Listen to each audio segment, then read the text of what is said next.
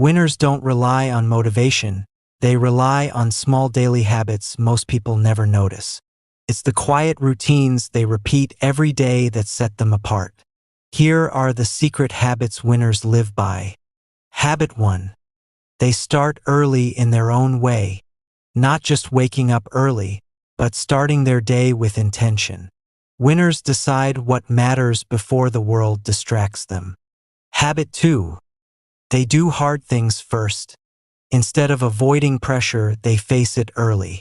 The hardest task gets done when their mind is strongest. Habit 3. They stay consistent, even on off days. Motivation fades, but discipline doesn't. Winners show up even when they feel nothing. Habit 4. They limit noise. They protect their focus by avoiding unnecessary distractions, opinions, and time-wasting habits. Habit 5. They improve in silence. No need to announce every step. Winners grow quietly and let results speak loudly. Key message: winning is not a moment.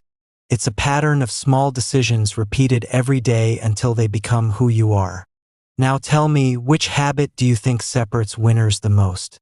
Comment below. If this gave you value, don't forget to like, subscribe for more powerful mindset content, and share this with someone who's building their winning life.